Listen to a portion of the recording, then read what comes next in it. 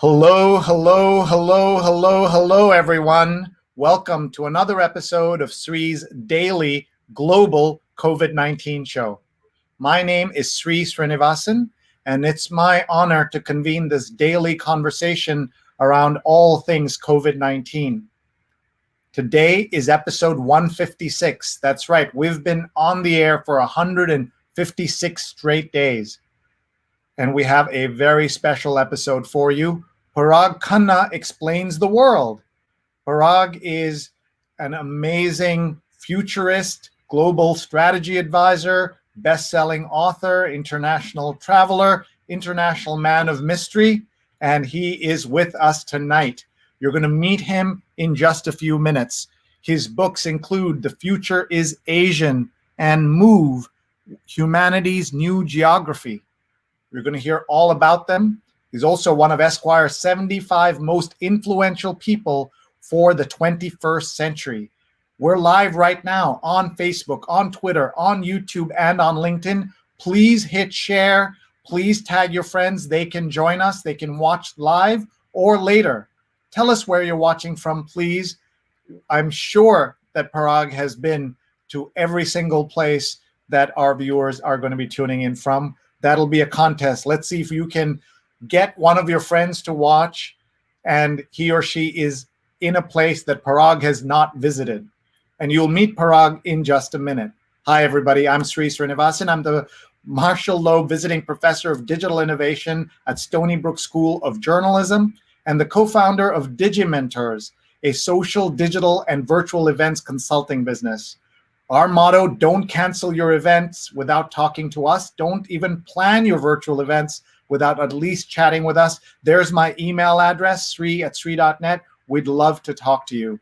If you're visiting here for the first time and have no idea what this is our daily global show. In our first 150 episodes, we had 1 million viewers, 105 million social impressions, 281 guests from 57 cities, 16 countries, including the chief scientist of the World Health Organization.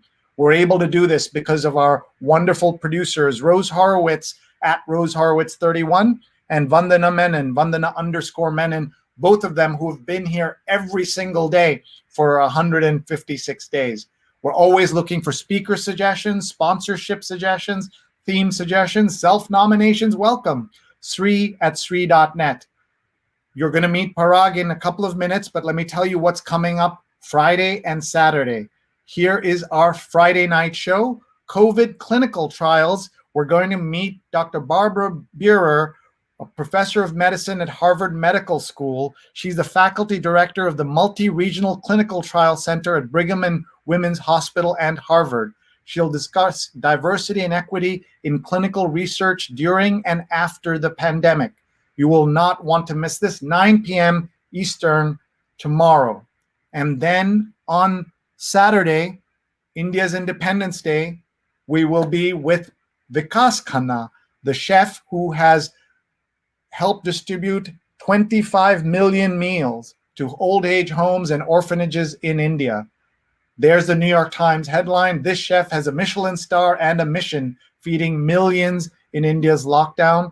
This is for India's Independence Day. He was our guest on episode 54 when he had only fed 2 million people. Now he has fed 25 million people. We're in partnership with Scroll.in, one of India's leading news, culture, and analysis websites. Please check out Scroll.in. And before we get started, we have to thank our sponsors. Our sponsors include Muckrack Academy, Fundamentals of Social Media.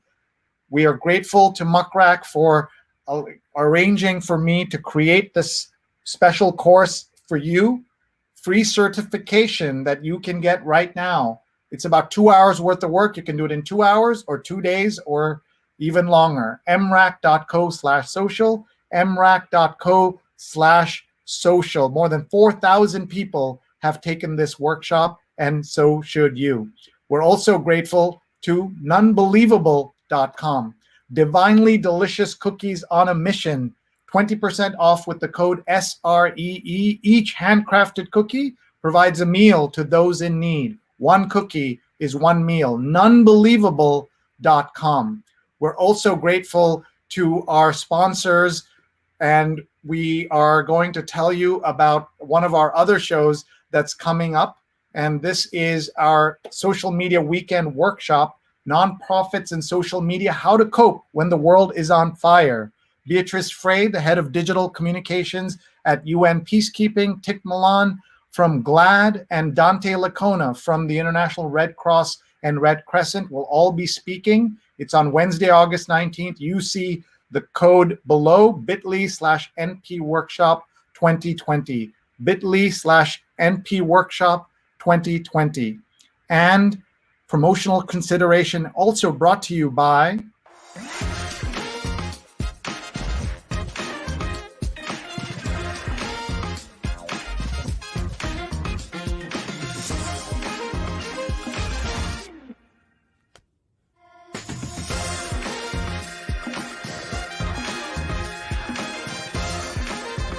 Hotstar Premiere Nights. Watch the year's biggest blockbusters streaming straight to your screen, exclusively on Hotstar.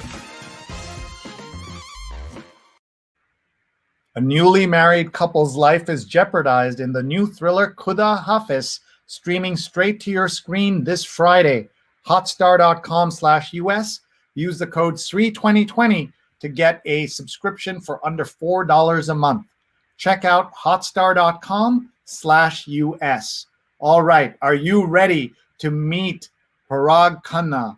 Parag explains the world, one of Esquire's 75 most influential people for the 21st century, global strategy advisor, best-selling author, and someone who I'm honored to call a friend. Please welcome my friend, Parag Khanna. Hi, Parag. Sree, great to see you. You are the digital marathon man. Thank you so much. I am usually trying to keep up with you, your travels, and I just like to watch you as you travel and talk to the world, explain the world. Now I'm like the rest of the world watching you from one spot as you're doing Zoom call and presentation and workshop and writing. I don't know how you do it all, but you're able to do it. My first question always, how are you? Where are you calling in from? How's your family? Great, thank you so much. Well, I do get to move from room to room a little bit, so there is some mobility. No, to be honest, look, we're actually blessed. I live in Singapore. This is our base, and it's a tropical island on the equator. We live near the beach. It's a good government, fortunately, that has brought COVID under control. It's required a lot of discipline on the part of, obviously, the government, private sector, public agencies, and the citizenry. So living here has been quite a blessing in disguise, and it's obviously strange to go from traveling 4 days a week to not traveling in the last 4 months, but that's a very, very small quibble compared to what's happening in the world. So here we are. But I anticipate being on the move sort of in the next couple of months. Ramping that up again, but with probably a whole new orientation in terms of how much, how frequently, what's necessary, what's not necessary. So like everyone, this has been a chance to just reevaluate and restructure business, family life, everything. So I think, I would say I count myself among the few who's been lucky enough to make the most of the situation. I'm really grateful for that. And you said something to me about your children and school that made me simultaneously so happy for your children and so jealous. Well, it's probably the case this week, next week is when schools are reopening around the world, or supposed to. And I'm comparing with my brother's family in California and friends in Europe and elsewhere, and places, quite frankly, where the internet is not very good. But here in Singapore and probably New Zealand, China, they're just a handful of pockets. And that's really all they are, pockets of places on the planet where this week and next week kids will physically go back to school, without great risk of COVID spreading. And so that's another thing that we're quite happy about after the last 4 months of having our little minions, kind of climbing all over our heads. So, we, of the many tragedies, right, at least even the tragedies for those who have survived COVID is not having children in school, and people are talking about a lost generation and so forth. So again, one of the things where we can consider ourselves lucky is our kids are going to be back in school next week. And that is just so good for those children, and as I said, upsetting because we're in such bad shape. So let me start with that basic question. We're in America, as you know. We're coming to you from New York City, and New York feels like it has things under control. But when we go out, anything can turn really quickly. How do you explain how America, the great America, is a country that has 4 to 5% of the world's population, has 25% of the world's cases, has something like 20 to 25% of the world's deaths, that it has done so badly and failed so miserably in this? The only word I can use is failed. First of all, do you agree with that? And give us your take on this and explain it to us, please. That's why I wanted you here tonight, so that I can get this explanation from someone who has spent so much time explaining the world to people. Well, Sree, it's not only an accurate description, but sadly, it was also a predictable one. And, I think that as with all complex phenomena, this has many causes. Some people will blame the hubris of the government and the occupant of the White House. Other people will say it's the poor state of public institutions and the bureaucracy and the readiness and preparedness. The fact that early warnings were not listened to, going back many years, about warnings about the potential impact of a pandemic. Part of it is just the size of the country. Now, of course, China is actually as big as the United States, effectively, geographically, with far more people. But you have that robustness of public institutions, a very powerful state, and ubiquitous technology that has helped them to cope with this. And a lot of the failures that you could point to and how the U.S. has handled it emerge from those individual gaps in deploying technology and early warning systems, in strengthening the bureaucracy, in being so, in a way, politically devolved. America is a federalist system. Obviously, with government, you have different states with different rules and all these other things. So there's so many factors and drivers that have gone into it. And it would be, quite frankly, inaccurate to pinpoint any one. Yes, it's satisfying to say Trump owns this. But as someone who, way before Trump was elected, was, criticizing the poor state of public institutions, the administrative capacity, to use a wonky term. But now, quite frankly, your show and many, many others have started to appreciate, wait a minute, just being a democratic society alone doesn't guarantee that you're going to be well governed. Well, we sort of knew that already, let's say for the last 20 years. And the decay and the dismantling of the administrative state capacity to deliver on important policies that are apolitical has been under threat, has been physically dismantled, politically, economically, fiscally dismantled, for going back to the Reagan administration. This is a Reagan-Thatcher problem as much as it is a Trump problem. And unless we appreciate that and quantify and magnify, sort of the magnitude of that, we're not really going to rebuild. We'll find ourselves in these traps where we say, it'll just be great to oust, Trump and have, Biden and Harris take over. That's a lovely thought, but that's really not how social and political and structural change works, right? Fixes of the scale that are needed to address a failure this big require systemic change. And my work is about systemic change, and it's not going to be easy. It's not as simple as who you elect to be president. It's about systems. And when you look at the systems, you said we knew this would happen, that we weren't ready. There were things done by this administration that made things worse, including shutting down the pandemics department or office, for example. But you're saying this goes well beyond Trump and his problems and his injecting of issues. Some of it is about the American character, right?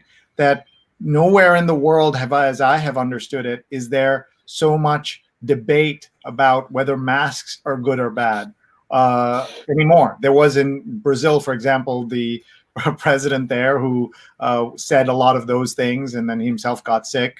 But the fact that we had a police officer, a sheriff announce, for example, there's no more debate my deputies will not wear a mask. That's like his announcement. So when I heard there's no more debate, I thought, oh, good, there's no more debate. Yeah. No, he meant there's no more debate about this. Yeah. So what is it about the character of America? You've lived here, you've spent time here, your family here, you know this place so well. What is it, the character of America, that makes it the country that it is today?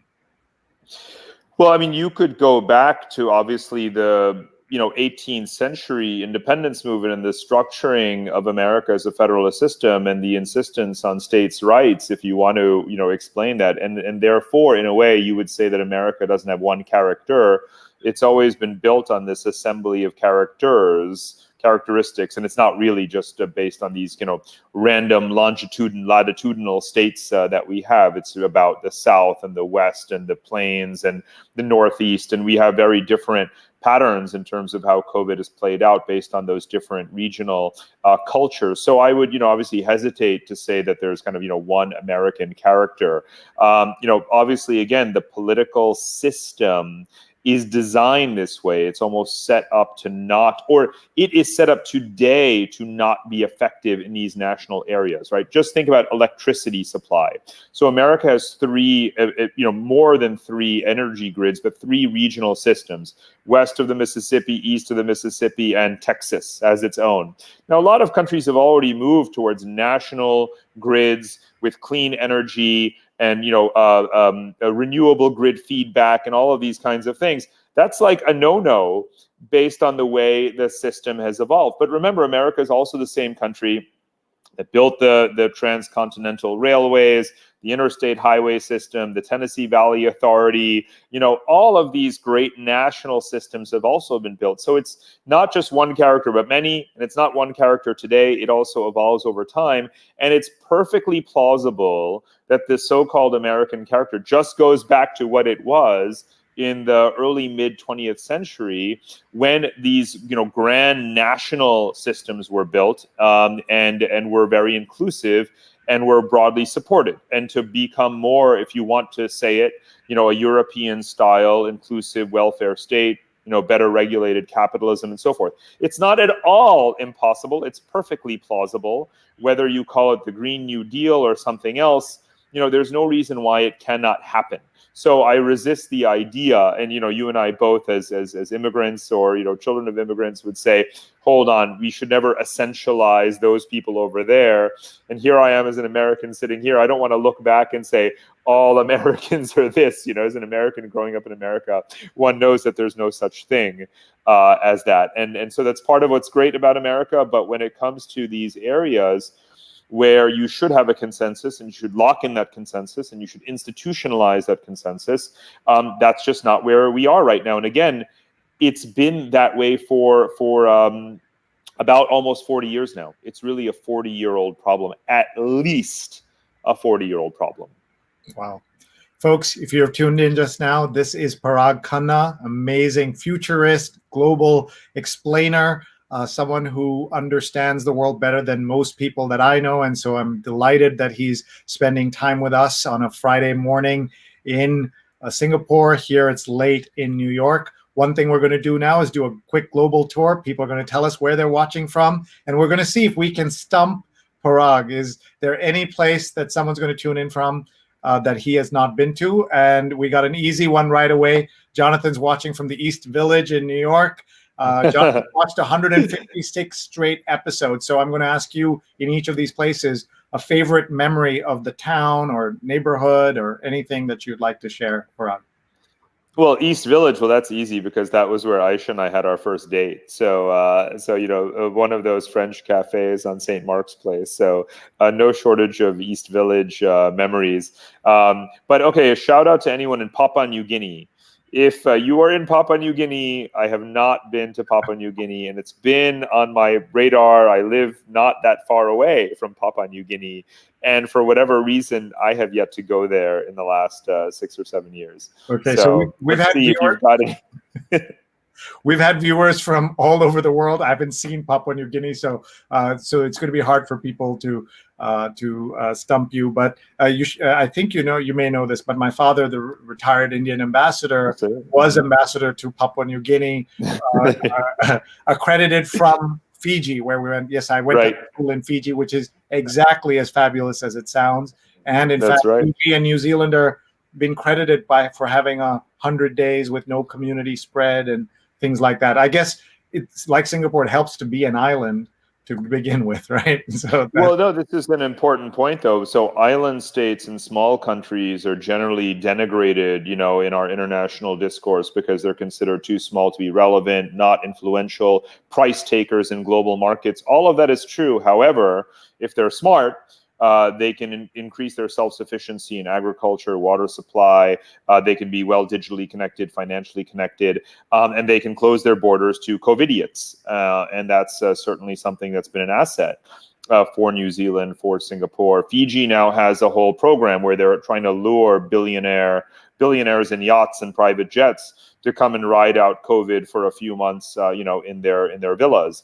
I have no idea how many people have taken them up on that, by the way. But the point is that, so they're, being a sort of fortress island, one of the areas I've worked in is what I call the sort of info state. And the kind of tagline there is the balance of security and connectedness, or just secure connectivity, is what makes for, in a way, the ideal type physical state in the 21st century, where you have so much volatility, complexity, uncertainty, and so on, but you need to be connected because trade and finance and travel might be part of your business model. So getting that balance right is actually what smart, small states do extremely well. And that's what you've seen New Zealand, Singapore, and a couple of other places manage to do. And actually, that doesn't surprise me at all. Great. Here is Rehajan, who's, by the way, an American of Indonesian, as you can tell from that name, and Filipino background. Wonderful friend of the show. I agree that it's at least a problem of 40 years old. The zeitgeist of our society seemed to change sharply after Reagan's election and inauguration in 1981. Ashwini says hello from Delhi. Share some Delhi memories, please. Well, that's not that difficult either. I was not born in Delhi, but not that far away in Kanpur and UP. But my son was born in Delhi, so that counts. I have a lot of family in Delhi. I go there pretty often. I was just there last November, actually.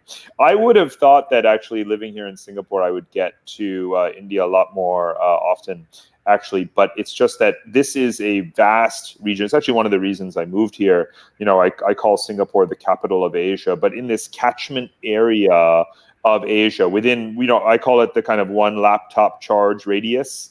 What are the places you can go without having to recharge your laptop on a flight? And basically in a 4 to 5 hour flight radius, there's about 5 billion people, literally about 5 billion people. So I dedicated my Asia book, to my 5 billion neighbors, because it has been such an adventure, even as an Asian born in Asia, now returning to Asia with fresh eyes. In the last, 5-6 years, I have really gotten to rediscover so many places. And I don't think that those of us who, even if you're Indian and have, appreciate obviously a dense, overpopulated country, living in Asia and the order of magnitude difference between being surrounded by 5 billion people versus, say, 500 million people or 50 million people, it's a whole different ballgame. Right. So I have the learning curve in being in that region that you're spotlighting on the map right now. That's one of the maps from the book, has been magical. And it's sort of why I did the last book on Asia, because I thought to myself, why is it that over the last 20 years, every book about Asia has really been about China? And China is very significant. It's at the center of that map. It's the most populous country in the world. It's the largest economy in the world in PPP terms. However, it is certainly not the sum total of all of Asia. Asia has a grand, much more diffuse, multi-civilizational history prior to the rise of China in the last 40 years, and it will have a great future beyond whatever role China plays. And we just don't have enough appreciation of that. But you do get that when you live in a little hub like Singapore, or if you live in Central Asia or the Gulf countries and so on. What's unusual about this map is the way it's structured, right? It's a little bit angled, and so you're seeing it a different projection, really, right? And I know you love maps, so there was a specific reason you chose this map and this angle. Well, this is actually a composite of different kinds of projections because we were trying to obviously be much more faithful to geographic size and surface area than Mercator projections tend to be, or others where, Greenland is 5 times larger than Africa, and things like that. So we wanted to correct for distortions, but we wanted to get all of Asia there. And I needed to get snippets of Australia because otherwise Australians always feel slighted. But they do belong to the Asian longitude, obviously, to this hemisphere. And I wanted to bring in the Eurasian dimension because one of my sort of pet peeves have been when you have, in school, kids learn what are the continents of the world, and they always say North America, South America, Africa, Europe, Asia, Australia. I'm like, wait, stop. Look at that map, Sree. Tell me that Europe and Asia are different land masses and different tectonic plates, because they're not, right? So, Eurasia is this mega continent, and much of my work has always been devoted to kind of the geopolitics and economics and demographic flows of Eurasia and its history. And so to me, it's growing more and more, integrated despite all of the tensions that we see in the world today. So therefore, I wanted to have Asia be in the middle, but not forget that Europe is not actually an island divorced from Asia. Not at all. They're deeply connected. You say here in the 19th century, the world was Europeanized. In the 20th century, it was Americanized. Now in the 21st century, the world is irreversibly Asianized. What are a couple of the factors that made that happen, and what could bring it back and not be, you said irreversibly, but what's next, for example? Is there something that will reverse that or stop that? Talk about that, please. I mean, I deal a lot in scenarios, and so therefore one should never, sort of dictate absolutes, right? But if there's one thing that you can almost say is irreversible, right, it is kind of the Asianization of the world. Asia is already more than half the world's population. It's about half the world's GDP. It's the only region that's actually growing right now, or will resume growth in the aftermath of COVID. There's a saying, all the world's major infrastructure investment is happening in Asia. One could point to conflict, right? All of the world's major conflict tensions and bilateral hostile disputes that could escalate into war, even World War III, they are in geographic Asia, but they're not so connected to each other that, like Europe in World War I, a spark between India and China becomes a war between China and Japan and North Korea and South China Sea and Iran. You have to view these as much more isolated. So yes, conflict is a challenge in Asia. Some will be resolved violently, other conflicts peacefully, but they will overcome them. And just like, not like Europe evolving into a European Union, a supranational entity. Asia will never have that. But as you settle disputes, you also transcend them, and you get back to that pre-colonial Asian cartography of connectivity, of trade, the Silk Roads, and so forth. So conflict is not a reason to believe that Asianization of the world will be reversed. Then you have climate change, which is incredibly significant, but the largest number of climate migrants in the world are already in Asia. It's already playing out. And even though we think of Asian nations as being civilizationally and racially defined, they're actually very diverse and becoming more so as they accept more and more climate-related migrants. And just by correcting their demographic imbalances, you have a kind of racial and ethnic dilution of many countries. You have a lot of Asian melting pot countries like Thailand, for example. So I think that too is something that Asians are going to overcome. It's going to cost trillions of dollars, but guess which region of the world has trillions of dollars to spend on adaptive infrastructure and the latest technologies? It is, of course, Asian countries. So, and then there's the demographics, by the way. The Asianization of the world is almost baked in now to the future because you have these, 4.5 billion people, and many of them will actually leave Asia. Most will stay, and they'll swirl around and move into higher elevations and more northerly latitudes, colonize Eastern Russia and so forth.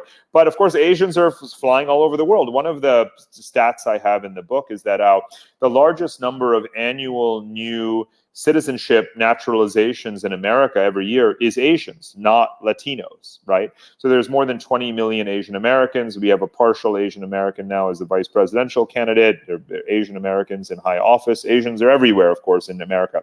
One of the things I'm toying with, and I vaguely touch on in the last book, but it's a big theme in the next book, is what I call Asian Europeans. And that's not a term that even exists, right? Because there really aren't that many Asians in Europe. And yet, again, think about the geography, think about the connectivity, think about the latest data on the number of new Asian migrants. I partially grew up in Germany. I went to high school there, and I've lived there, quite a few times over the years.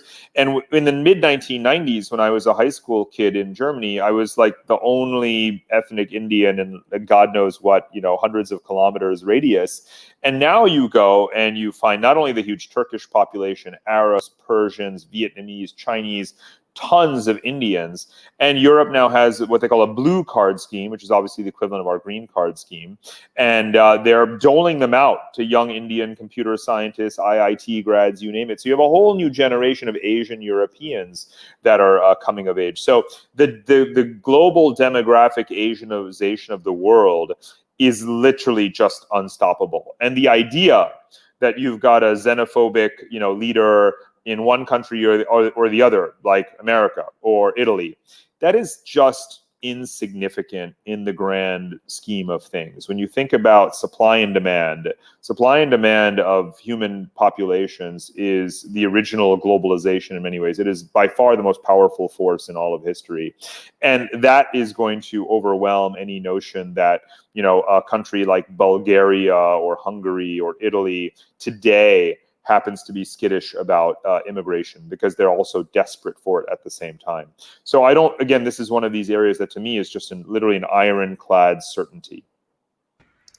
Thank you. Let's go back to some of the great comments that are coming in here. Apollo says hello from Vegas. Apollo was a guest on our show, and he talked about what it's like to live in Vegas, but he also talked about what it's like to be an African-American living in India and dealing with the police and all of that. Tell us about a Vegas memory that you can share in public. It's actually kind of a sort of happy, sad one. It was too late 2008, Thanksgiving 2008. We were having just a family Thanksgiving getaway, bringing different parts of the family from different parts of the U.S. together. So hanging out in Vegas. But as you remember, that was the Mumbai terror attacks, actually. So suddenly we found ourselves quite glued to the TV watching that unfold. And of course, we have a lot of family there too. So that stands out to me. I mean, of course, I've been to bachelor parties in Vegas, but we're going to leave that there, so to speak. But it's interesting. One of the things I'd want to comment on when it comes to Las Vegas in particular, Nevada in general, in the southwestern U.S., you've seen this huge influx of population from across the U.S. into the low-tax Sun Belt countries, and yet it's the most climate-stressed part of the U.S. And one of the things that when you do scenarios and complexity analysis, you see where people are moving, and you see how illogical, you see where people are moving based on economic justification and logic, which is short-term and eminently sensible, but from a totally different point of view, which is climate change, it seems like a sort of like a nonsensical proposition. And you've got to kind of take this holistic approach to understanding how technology, politics, economics affects the movement of people. And increasingly you'll find that people are moving one place, and it's not going to be the last time they move. Right, the number of times that a person will move in their lifetime is going to increase. It is, in fact, increasing. It's actually a big theme in my next book, and the Vegas in particular, but also just the southwest of the U.S. You think about the water shortages, forest fires, heat waves, and so on. That comes up in my next book where I'm addressing this issue. Amazing how many books you've written. We'll come to that in just a minute. Let's just keep going here and see who else is watching from different places. Stefan says hello from Ramsey, New Jersey. He's one of our colleagues at our company, Digimentors. And good to see Parag Khanna, a smart voice in international affairs. And Stefan says, we just all made the all-important decision of not sending our son to school. He's not happy about doing remote learning, to say the least, but we feel it's a must as a society. We do not have a handle on this pandemic, and the stories get worse and worse to the effects of COVID-19. So here's a father who has just made that decision, a wonderful son they have, talk to him about what this means and what can we do, as you see it, for America to get out of this funk. Well, for one thing, I would say if we weren't in it together. So on the one hand, Sree, you and I were talking about this paradox of how America doesn't feel unified around this issue of how to handle COVID. And yet on the other hand, in the digital domain, the solidarity that your program and others are creating is essential to help us feel like, okay, I'm not alone, right? And I think that is important. And, there are just so many tools, home learning tools and things that one can do at home, project-based learning, digital learning, and so forth, that are a good enough substitute. Because let's face it, we can't on the one hand say this is the seminal event of our lifetime and our children's lifetime, it's one that's going to define them forever, and then assume it's going to be over tomorrow, right? So we have to take a long-term view. And of course, it is disappointing if you're not going to be in school like this week or next week or even this entire fall semester. But, the longer term we look, the more we say, okay, you know what, let us hunker down. And if we do the right things over the next couple of months, things change. Clearly what we've noticed with the waxing and waning and spikes with this virus is that actually our behavior does have a big impact on whether or not we still have to deal with this situation around returning to schools 1 month from now, 2 months from now, 3 months from now, 4 months from now. It is actually under our control. So we have to feel like, there is solidarity. We're in this together, and we are not just passive victims here. Thank you. Rick says, can Parag speak about the cultural differences and meaning of civility, incivility between America and Asia? Wow, so civility and incivility, it's interesting. It kind of touches actually on this idea of rights and freedoms in different, cultural contexts. So for example, as you well know, and this is, I suppose COVID has proved that it's not just a stereotype, that Asians would tend to be more deferential towards authority, would have a more collectivist or communitarian sense of rights and the limitations on rights in order to avoid harming other people. Government says wear a mask, they wear a mask, that kind of thing. Obey social distancing and all that. So that is obviously part and parcel of what constitutes civility. Whereas, again, the caricature, not entirely untrue, I suppose, of I would say not Western society, right? Because Germany is part of Western society, and in Germany they seem to have less trouble, obeying some of these restrictions. So it is a particularly American thing. Let's also remember Canada is certainly part of Western civilization, but Canada acts a lot more like a Western European country. So I don't want to say Western versus sort of Eastern, right? The national nuances are going to wind up having an overwhelming difference over the cultural similarities. Otherwise, you wouldn't be able to explain the difference between Canada and the United States, in handling COVID. So. So then it comes down to what is the American understanding of civility? And there, I don't quite frankly want to answer that question all by myself. I think we've already touched on some of the answers, though. I hear you, and I understand that. Folks, if you're watching or you've just tuned in, I'm Sree Sreenivasan, and this is Parag Khanna. He's usually on a global stage of some kind, talking to world leaders, trying to explain the world, and he's here explaining the world to us. If you have a question, please ask. Just tell him where you're watching from. We're trying to find somebody who's calling in from a place he's not been. We've established that he has not been to Papua New Guinea. So unless someone can suddenly get us someone from Papua New Guinea, I don't think anyone's going to be able to stump him tonight. This show is on every single day. Tomorrow night, I'm just going to walk through quickly, remind folks, and also give Parag a chance to maybe get a drink or just relax for a second.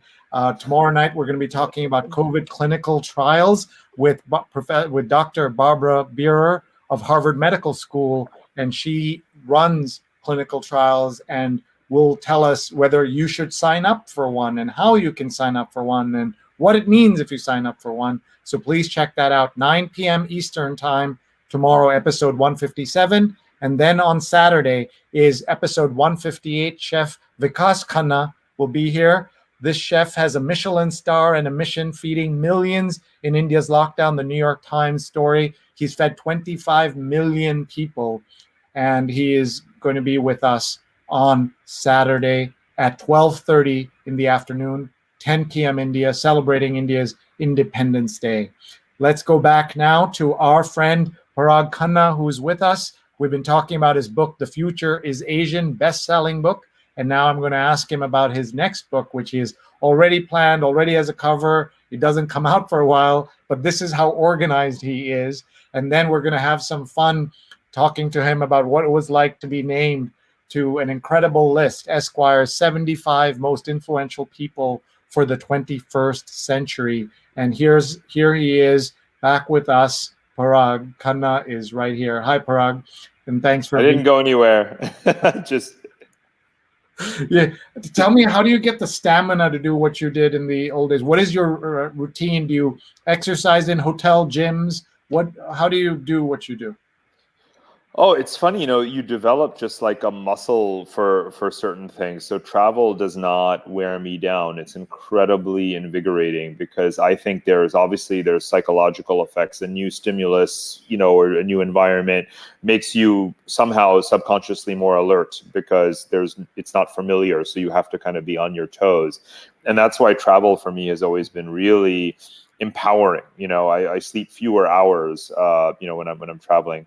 Definitely there's a, fitness routine, but that's boring. I mean, you just sort of do it. I mean, I would say one thing is I always go for a run because that's how I actually get to explore a place if I haven't been there before. And you get all kinds of ideas. I mean, I'll give you a, sneak preview of when I was just recently in Bologna, Italy, Milan and Bologna, doing some events. And Bologna is obviously a gorgeous city to go out for a morning run. And I witnessed the Nigerian mafia sort of taking up their positions in different streets. And I was wondering what they did. And the different corners and blocks I was running around, I was just kind of observing them. And I decided to kind of extend the run so I could just kind of keep on seeing what is it that's actually going on here. And it wound up, then I started to research it more and talk to people. And it wound up being quite a section of my next book around what happens when African or Arab populations move into Europe, and what is it that their operations look like, and what does it say about the future demographics and politics and so on. So sort of to me, it's all of the experiences in travel blend together. It's not a disciplinary thing. It is where theory meets practice. It's where what you test out whether what you've read in books is actually true or what people have told you before you've gone somewhere are accurate. So to me, I can't imagine writing anything, quite frankly, without or commenting on places unless I've actually spent a good amount of time there.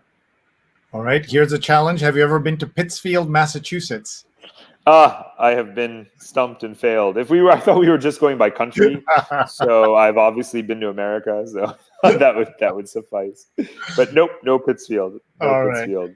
Right. I'm sure it's lovely. Apollo says, I agree. Travel is definitely conscious, heightening, and important. The Dr. Varun asks, does the rise of Eurasia necessarily mean decline of the U.S.? Multipolar or bipolar world with China and the US? There's a lot in there, but good questions.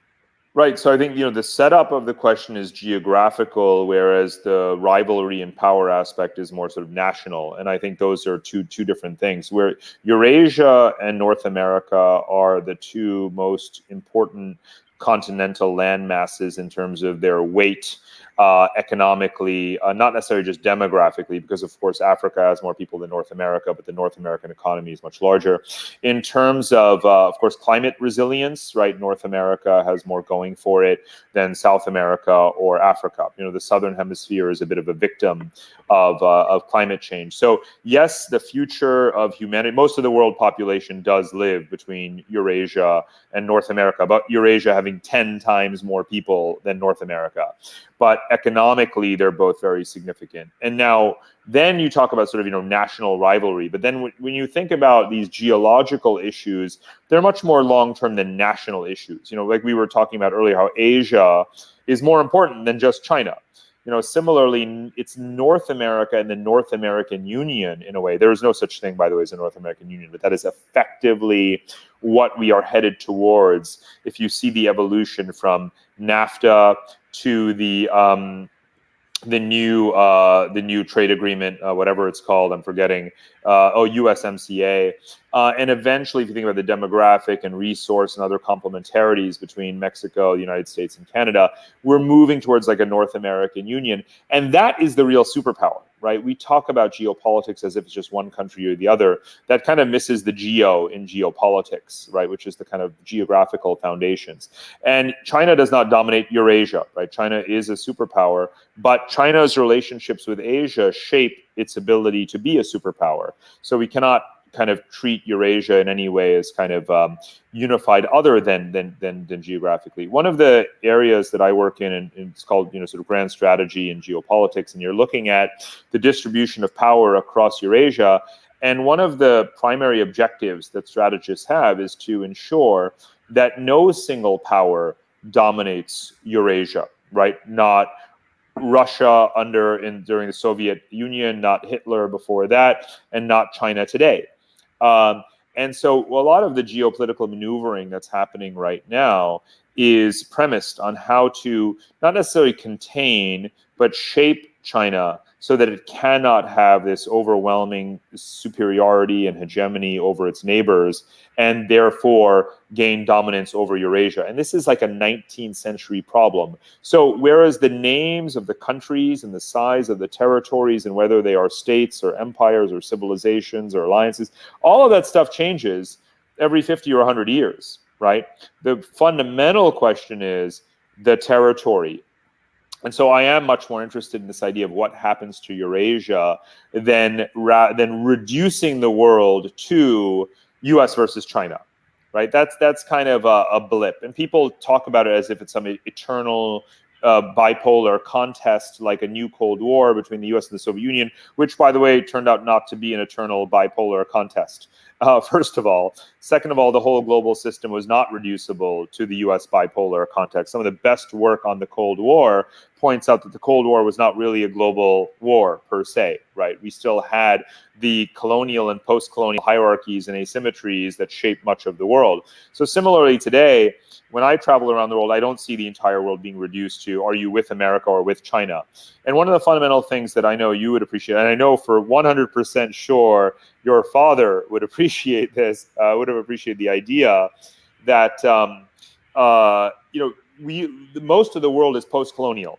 Most of the countries in the world and most of humanity lives in countries that are post-colonial. Therefore, there are many people alive today who have direct memory of colonialism and the Cold War. The elderly generation remembers colonialism and the Cold War. And this, therefore, becomes the third moment in history where they are being told, you don't have a choice, or you have to choose one or the other. And guess what? You can't fool anyone 3 times in a row, right? And so what I'm seeing happening everywhere I travel, whether it's India right now, for example, because right now you hear people saying, look at what's happening between the Doklam standoff with India and China, and now in Ladakh, India is going to move closer to China, and you now have a US-India alliance to contain China. Well, not so simple, right? Because India is not dumb, right? And quite frankly, no post-colonial country, it doesn't have such an insufficient memory of their own history that they would commit the same mistake. So I'm traveling in all these countries where they're saying, you know what, we're going to continue to deal with China, do business with China, but also push China away. We're going to trade with China, military relations with America, but also learn to not be a stooge of America. And we're also going to make friends with Russia and with India and with Europe and with everyone else at the same time. And that's what I call multi-alignment. And the smart countries in the world multi-align today much more than they just choose sides. So if you're sitting, quite frankly, if you are just sitting in your think tank cubicle in Washington and you just look out at the world, you say, I know what's going to happen. It's just a US-China Cold War, and let's dust off that old Cold War playbook that we used against the Soviets. You're quite frankly incredibly ignorant about the 21st century geopolitics. Folks, we have about 15 minutes left, and I think we'll spend all 15 talking about this one photograph. I'm kidding. We're going to talk about much more. Tell us what's going on here for people who can't see it. It says ambulance to Mongolia. Talk about this, please. Well, that's a good explanation of what it was. Every year or every other year, there's something called the Mongol Charity Rally, and a bunch of vehicles of all shapes and sizes, this one being among the larger, of the stock from that year. It was the year 2010. We set off from rural England. This was a British surplus army ambulance that had been used. It clocked up a bit of miles during the Balkan Wars, and it was returned eventually to the UK. So we bought it off of army surplus in the UK. And you'll notice the steering wheel is on what you would consider the wrong side of the road, but it was so we drove it. We took it out of we drove it through London, down to Dover, got it onto a Eurorail, the channel, into the channel, and got onto mainland Eurasia, and literally drove it with the steering wheel on the wrong side all the way across Eurasia. So through Belgium into across Germany, Poland, and then into the Baltic countries, and all the way across Russia, Moscow, down through the Ural Mountains, across Siberia, and eventually wound up in Mongolia. And that distinguished gentleman behind me is, I think, 250-ton stainless steel statue of Genghis Khan on a horse. And that is in a national park outside of Ulaanbaatar, Mongolia, called Terelj. So that was like the finish line. So we made it about, I think, 14, if I'm not mistaken, 1,000 kilometers. I can't remember how many. The odometer was broken anyway on this hulking beast. By the way, we named that truck Betsy. But the reason we took an ambulance is because we donated it to a field hospital. And in Mongolia, you have a lot more mobile hospitals, vans like that, trucks like that, than you do physical hospitals, because you have to reach people that are literally 1,000, 2,000 kilometers away from where you are. So the whole point of it was to donate that beast. And we tried to keep it in good shape, in better shape than we found it in, which was difficult. But anyway, it was a very, very memorable, certainly one of my all-time most memorable trips. Funny enough, one of my co-pilots for this, who's a Russian-American, very good friend of mine, pinged me the other day, and he said, today is the 10th anniversary of that photo. And it was actually August the 4th of 2010. So wow. I was actually just thinking about that a week ago. Wow, that's a nice coincidence. So we're going to look at some quick comments from folks watching. Apollo asks, will we see some Asian nations further democratize? So will China ever be a democracy? Russia?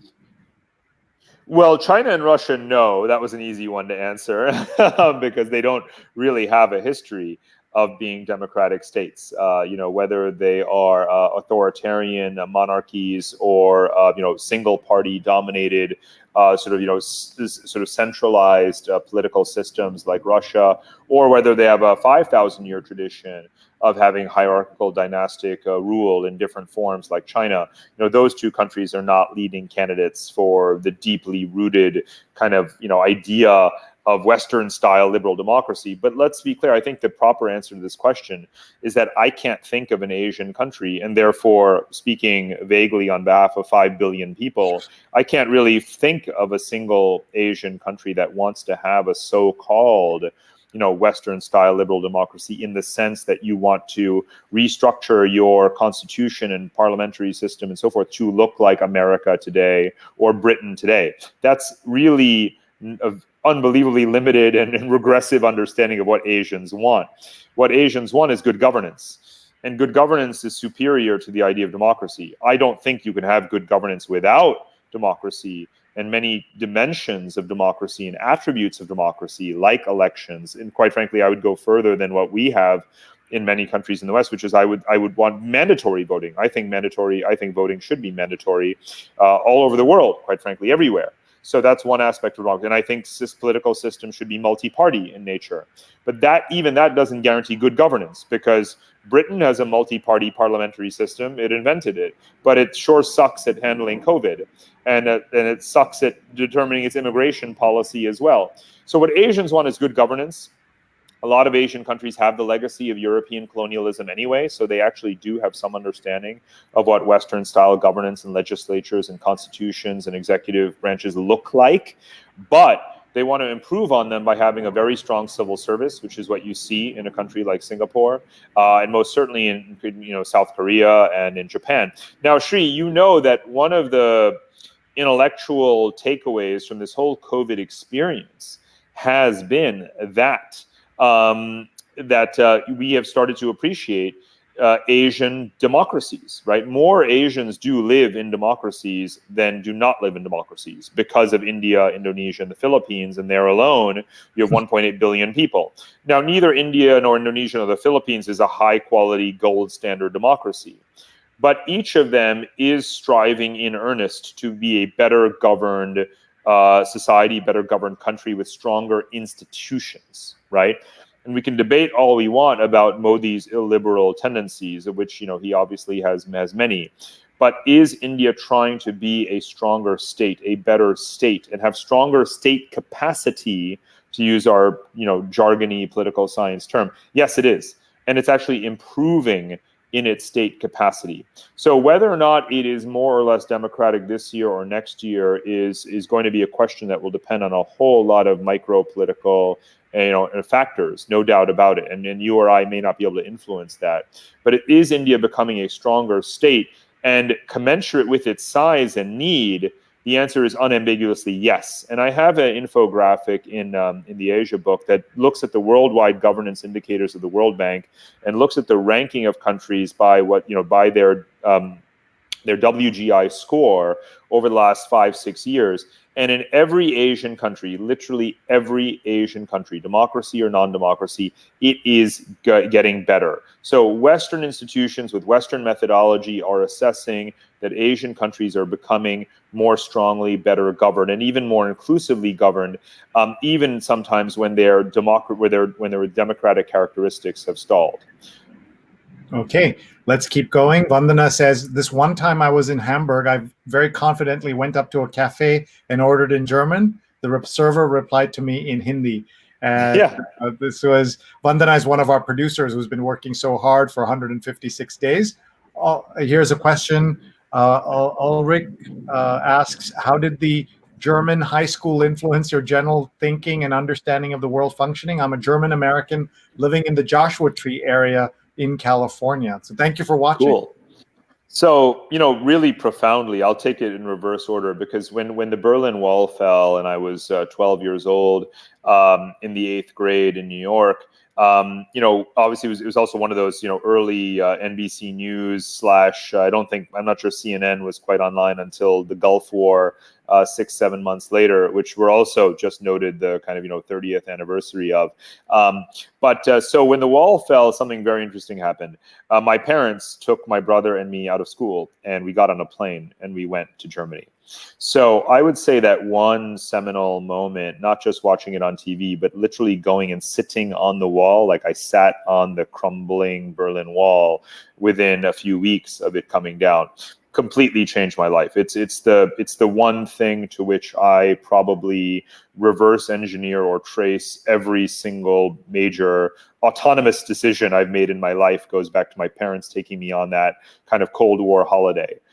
It was that big a deal. So within just a couple of years, I wound up moving to Germany, finished high school in Germany, and just obviously backpacking and traveling all over, Eastern Europe and Western Europe as a teenager. And it was the most significant experience of my life, really. So it was not my decision to go on that holiday, but a couple of years later, it was my decision to say, you know what? I want to go and live in this country and travel around Europe and literally every other thing in my life is a footnote to the fall of the Berlin Wall, and kind of I just want to note that, like, it's kind of amazing that your parents, because there was a lot of uncertainty at the time. So to have the guts to say, okay, we want to teach our son that this is such an important moment, we're going to go there, is kind of mind-boggling. Yeah, my parents are really cool, and when in the 60s, my dad's first trip out of India was actually to Germany, strangely enough, on a kind of what's called in Germany a practicum. So it's sort of like a sort of apprenticeship exchange with a business federation. So my dad to this day actually speaks a little bit of German. So there was always that kind of thing there. And so anyway, so in terms of then the demographic change, right? So I have a story in the Asia book about sitting in Marienplatz, which is the kind of square with the clock tower in central Munich, and there too I was with my family a couple of summers ago, ordering our beer and bratwurst and and along comes a South Indian guy in lederhosen to take our order, and it was just hilarious. So again, you have this demographic blending going on. It's a really important sign that, again, we think of European as being xenophobic and anti-migrant, but a country like Germany has absorbed millions of Turks and now, a couple of million Arabs and North Africans. They're obviously struggling to accommodate and integrate, and it's, reshaping the politics, but they're also very welcoming to Asians. Right, that's why you see so many, again, Indians, Vietnamese, Chinese, Japanese, and so forth, all over Germany. And what tends to happen is sort of where Germany goes, the rest of Europe winds up as well. Okay, let's keep going with some questions here. M.R. Rangaswamy writes, "Hey Parag, great to see you. Come see us in San Francisco." He's with In Diaspora, an amazing organization. We need to get you involved there. Manuel Linares is watching from Spain. Of course, you've been. Nick Hutty Singh's watching from Connecticut. And Peggy's watching from Taiwan. So you have people near you and not so close. Indeed. All kinds of folks watching and leaving their comments. Let's go here to see a couple of questions that have come up. Paulo says, did you use GPS to get to Mongolia in 2010? Oh, well, I mean, when you're in Western Europe, the road networks are fine and well posted and everything. Once you get, and then once you're in Russia, there's just major arteries basically to get you from Moscow to Kazan to Ekaterinburg and these other cities. Once you get east of the Ural Mountains, there's obviously just these major, but they're very poorly constructed highways. And once you get off the beaten track, yes, you need GPS, because you may be looking around in sort of 360 degrees and literally just see the same barren kind of fields, So there are places where you need GPS. And in Mongolia itself, absolutely. Mongolia is a country that's trying to nationalize the usage of that very cool app called What 3 Words. Have you heard of What 3 Words? What 3 Words is brilliant. It's a startup in the UK that has basically broken down the entire topography of the planet according to 1 meter square resolution GPS coordinates, and they convert those coordinates into words in the English language. So actually, my front door, literally on top of my mailbox here in Singapore, and therefore you can look this up. Go to What 3 Words and type in the following 3 words: invite, slope, admire. So and for no invite, slope, admire. Okay. So we have a sign outside our mailbox. That one. Click on that, and there you go. You are looking at my house. I'm across the street from that church. Where that square is, that green square in the middle of your screen, that is literally where I am right now. So What 3 Words is super awesome. And it's used now for humanitarian rescue operations. It's used for postal delivery. It's how mobile yurts in Mongolia would call up to an ambulance, and say, "Come help! I've broken my leg." They would use What 3 Words. Wow! And here we are. There's Singapore. So it gets really detailed as you can see there. Let's go. Let's talk a little bit. I know we're actually out of time, but I do want to ask you about. So many things have changed your life, but certainly one of the highlights in your life has got to be this moment where you were named one of the 75 most influential people in the 21st century in 2009, 10, I forget. 2008. 2008. So this is very early in the century for them to make this. Obviously, it's a cover. It's a way to get people talking. And one of the things they say here is, amid the recent surge of dashing political, military, international affairs intellectuals, Khanna stands out as young, original, and roughed up. He spent 2 years humping the terrain of 50 developing countries to research the Second World.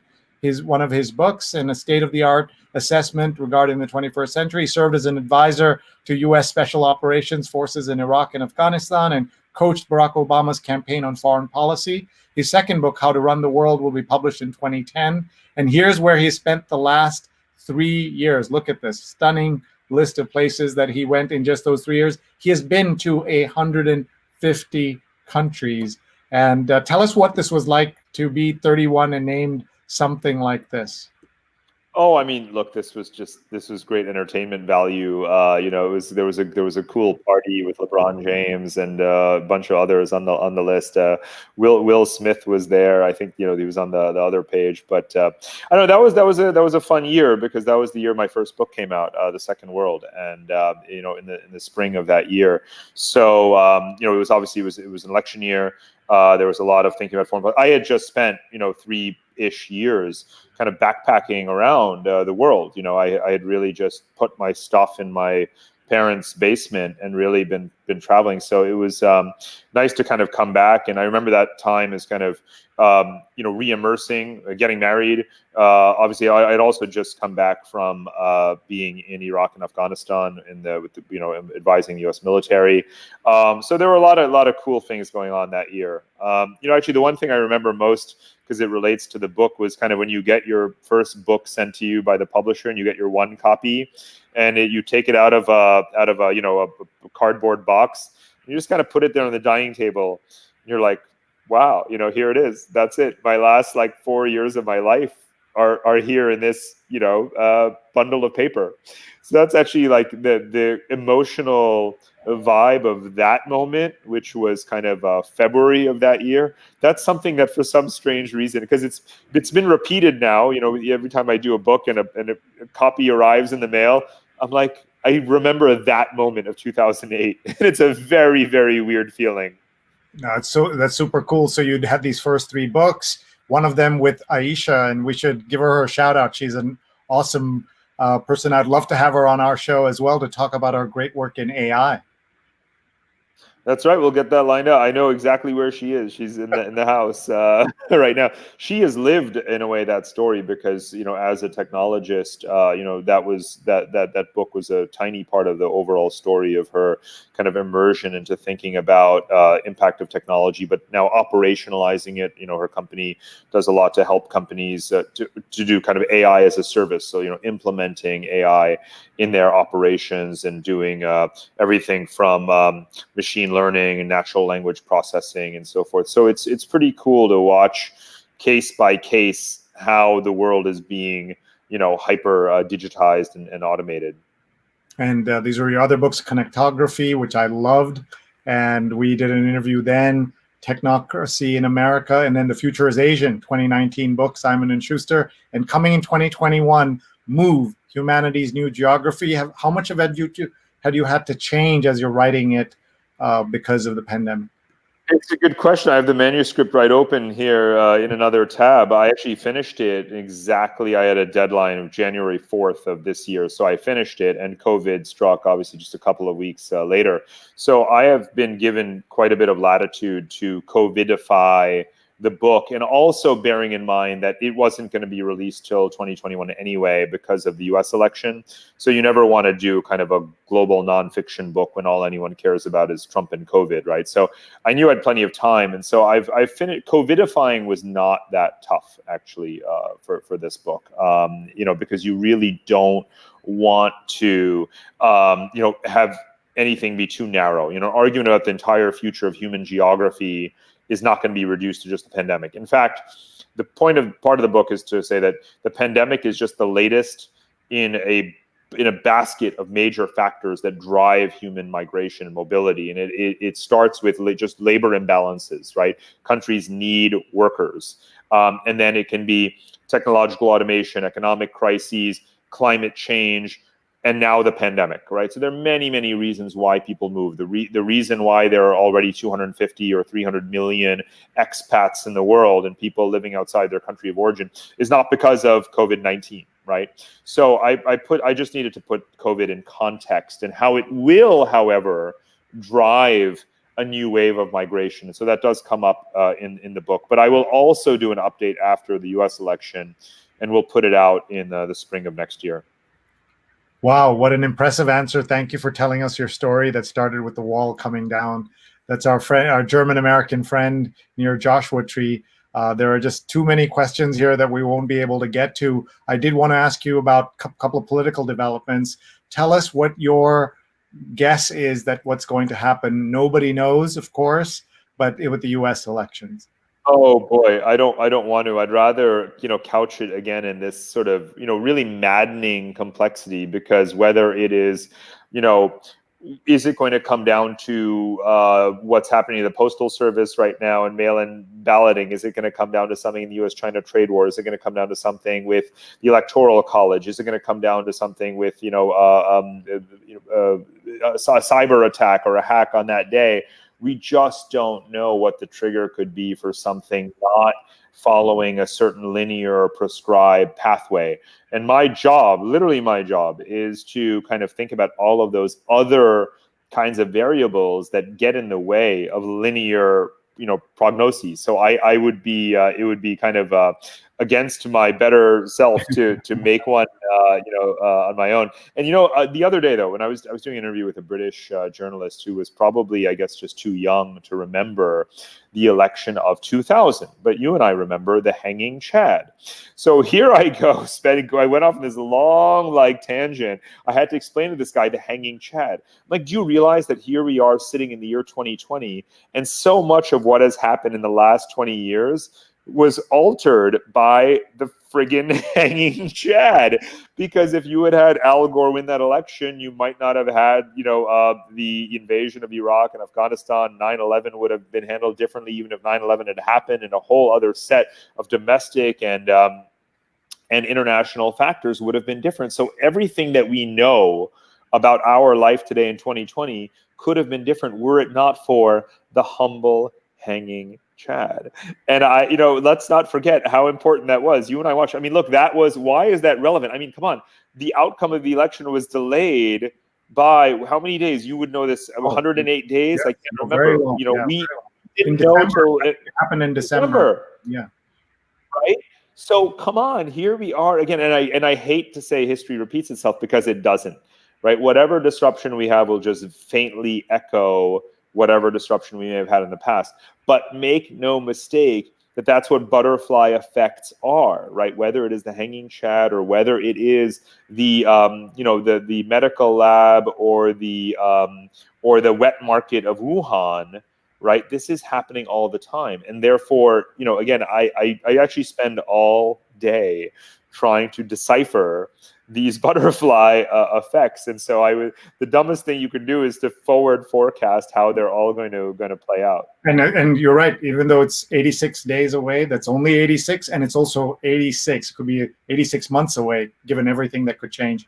Here is an example of what you were talking about. Vandana Menon, our producer, one of the smartest young journalists I know, she had to Google hanging Chad. That tells you how much things have changed and how much history is easily forgotten. When we were living that, we thought we would never, ever forget those moments. And here we are, right? Isn't this what makes you, just scream, pull your hair out, is that we're still, whatever of the many problems that we do still face 20 years after that episode, is that we are worried about some paper-based related issue in voting. We have not yet taken a radical Y2K kind of response and said, everything is going to be secure and digital, and we're going to find ways to have all the redundancy and security possible to ensure a fully comprehensive and vote with total integrity. And we have not done that in the last 20 years. So we are actually, again, in some way, again, an echo or a parallel, a cousin of that problem is literally what we're facing right now 20 years later. And it just makes you want to kill yourself. And the difference now is, I think, that you have a president injecting lies and wanting people not to vote and all of that. And you saw today was a historic moment. A South Asian and Indian American journalist, the HuffPost correspondent, asked the president at the White House at the press conference, "Do you have any regrets for all the lies you've told Americans over the last 3.5 years?" He didn't answer, didn't get angry, just picked on somebody else right away. That was a historic moment. Rajan says, thank you very much, Parag, Sree, Rose, and Vandana. Rose says, great conversation. Jonathan says, thought-provoking program. Mark says, amazing conversation. Folks, buy his book. This is what it's like to spend time with Parag. He and I did an interview in 2008 in audio because that's all we could do at the time. And I remember all the things I learned then, and we still learn. Rick is saying fascinating chat and great demonstration of complexity thinking, and so many other great comments here. Before you go, last thing I promise, tell us about this big deal that was announced today between Israel, the UAE, and the United States. How important is it right now? Trump Peace Prize is trending because people are joking about it. Some are serious, etc. So you can talk about that. It deserves a very serious answer, which is that, again, it is an episode where behind the scenes we have to remember that American diplomats, diplomacy, and continuity in the agenda that the U.S. has had over decades and decades does have a significant impact. So I'm not saying that with any kind of smirk or backhandedness whatsoever. Right here in Asia, we have two mature, wealthy, modern democracies like Japan and South Korea, and they cannot get along. And behind the scenes, I assure you, it is only American diplomats that are saying, please, guys, bury the hatchet. We really have bigger fish to fry. So I want to give credit where credit is due. I'm a student of American diplomacy. I took the Foreign Service exam. I've written books about American diplomacy. Please never discount, how well-intentioned much of, not all of, much of American diplomacy genuinely is, and how non-substitutable it is. And this is one of these areas where behind the scenes, there's no question that even though despite how disingenuous the US has been in many aspects of the Arab-Israeli peace process, in this area of trying to find, and work with, you could call them moderate, call them modern, whatever you want. Don't want to focus on the label. Countries like the UAE, a very advanced country, to work with them to find ways to smooth a relationship and formalization of a relationship with Israel, despite the pressures and the inhibitions that Arab countries face in doing so.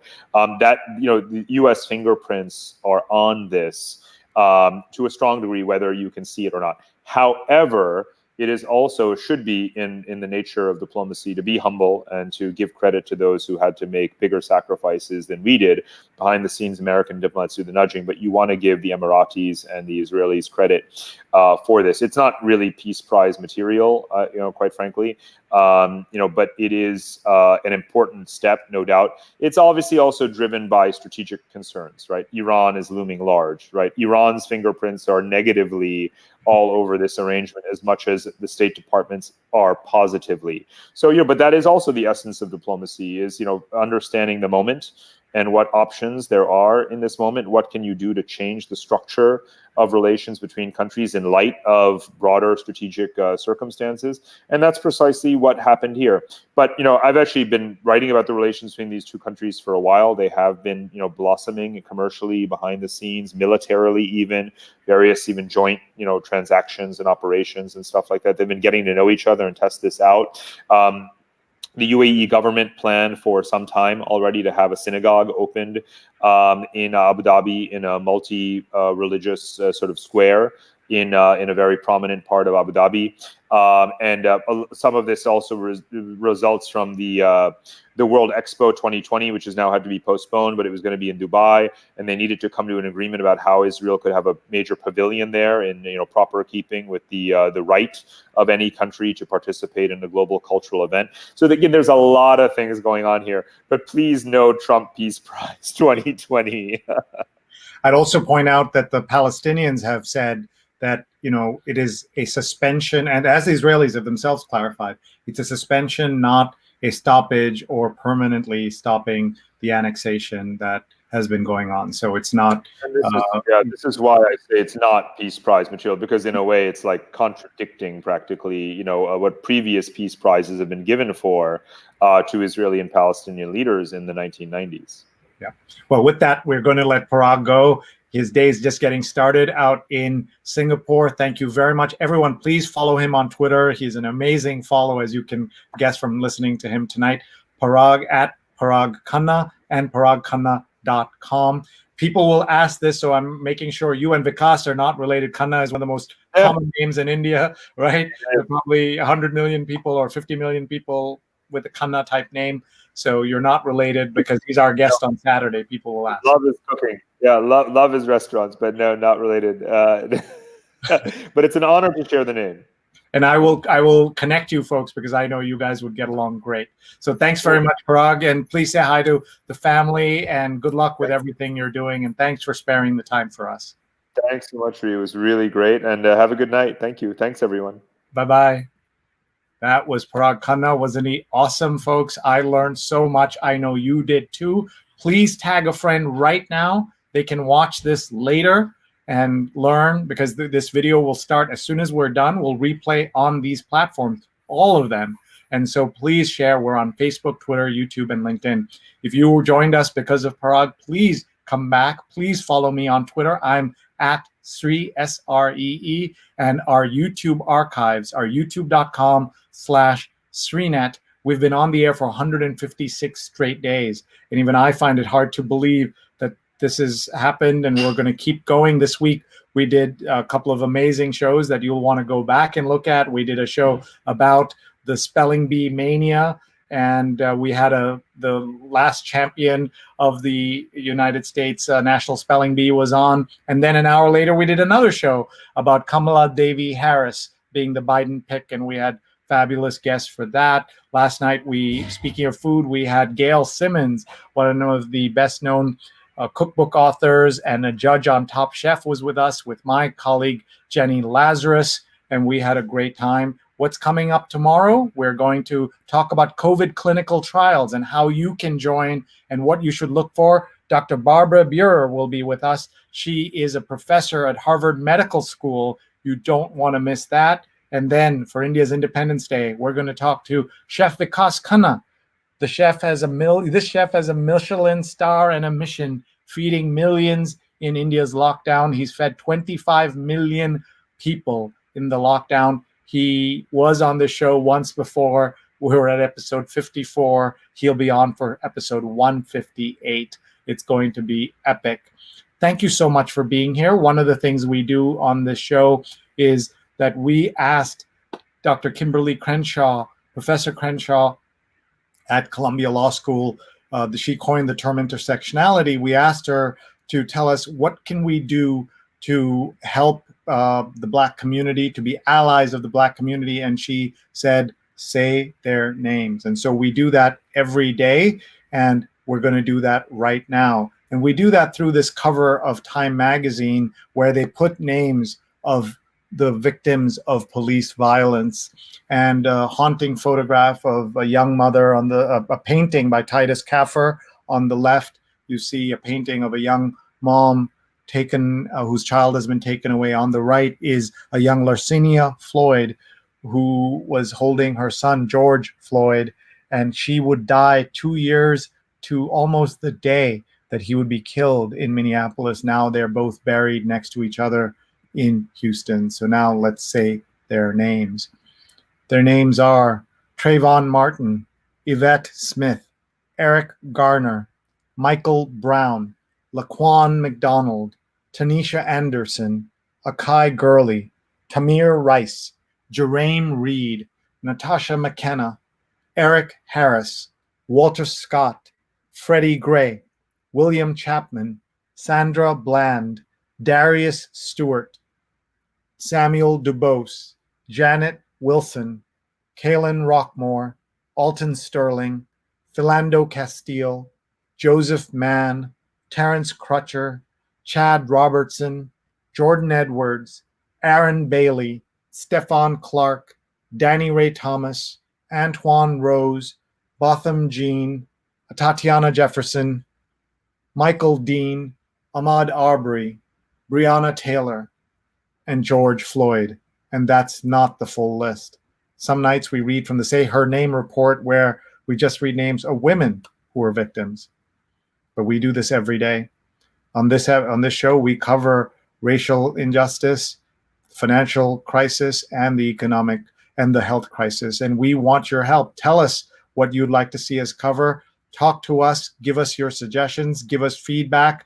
Give us names of folks. Maybe it should be you. Maybe you should be on our show. We're looking for people doing interesting, big things, helping people. And we're always grateful for your suggestions. And we're always looking for sponsors and ways to collaborate and do cool things together. So please be in touch. We also have a way for you to know about the show with this. It's a QR code for a WhatsApp, not group, but just a WhatsApp alert system. It's a very gentle thing. You put your hold up your phone and get added to a WhatsApp alert system. So not a WhatsApp group.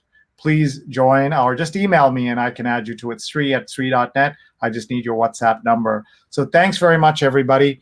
We want to thank our sponsors for making this possible. They are so great. Muckrack Academy paid for us to put together fundamentals of social media, free certification now available, mrac.co/social. More than 4,000 people have taken this course, and so should you. We're also grateful to Nunbelievable, divinely delicious cookies on a mission, 20% off with the code SREE. Nunbelievable.com. Each handcrafted cookie provides a meal to those in need. One cookie equals one meal. So you must check that out, nunbelievable.com, and put in the name Sree. We also want to thank our friends at She's on Call. This is a show with two surgeons, Dr. Sujana Chandrasekhar and Dr. Marina Korean, and they interview amazing guests every Sunday at 11 a.m. Eastern. But you can check out their show right now, She's on Call, on the archives. You'll see them. So many great shows, including they did a Q&A today about whether people should send their kids to school and what they should know about that. And promotional consideration is also provided by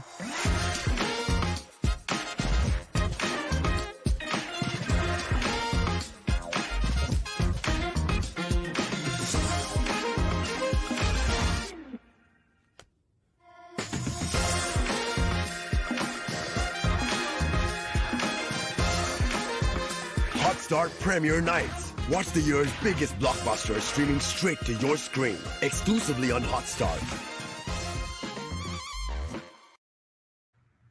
A newly married couple's life is jeopardized in the new thriller Khuda Hafiz, streaming straight to your screen this Friday. Use the code SREE2020 to get a less than $4 a month subscription. Hotstar.com/US. Hotstar USA is a Twitter handle, hotstar.com/US. Try out the subscription, SREE2020. Thanks so much, everybody. We'll see you again. Don't forget our show tomorrow. Episode 157, COVID Clinical Trials. A professor and doctor from Harvard Medical School will be with us. She will discuss diversity and equity in clinical research during and after the pandemic, focusing on the lack of and solutions for diverse representation in clinical trials. This will be amazing. Please join us. And on Saturday morning, 12:30 Eastern, Chef Parag Khanna will be here to mark his 25 million meals that have been distributed in India to old age homes and orphanages. Thank you all for the great comments that have come in. We are always grateful to you. Please email me. Let's keep in touch, everybody. Bye-bye.